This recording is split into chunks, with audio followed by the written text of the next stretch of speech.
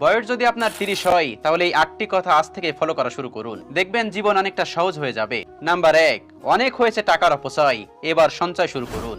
এখন থেকে যদি সঞ্চয় শুরু না করেন তাহলে ভবিষ্যতে হয়তো সময় সঞ্চয় না করার কারণে আপনাকে পস্তাতে হবে। নাম্বার 2, অনেক হয়েছে রাত জেগে সিরিজ দেখা, এবার তাড়াতাড়ি ঘুমানোর অভ্যাসটা তৈরি করুন। এখনো যদি আপনি অনিয়ম করে চলেন তাহলে আপনার শরীরের রোগ প্রতিরোধ ক্ষমতা একেবারেই দুর্বল হয়ে পড়বে। নাম্বার 3, অনেক হয়েছে খালি পেটে অনেক বেলা অবধি বসে থাকা।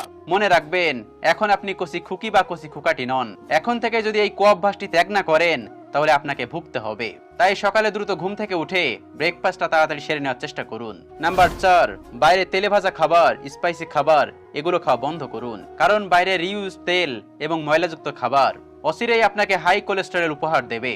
নাম্বার 5, বছরে একটা মাস্টার হেলথ চেক আপ করান। এতে করে আপনি আপনার স্বাস্থ্য সম্পর্কে আপডেটেড থাকবেন এবং সময় মতো চিকিৎসা করানোর সুযোগ পাবেন।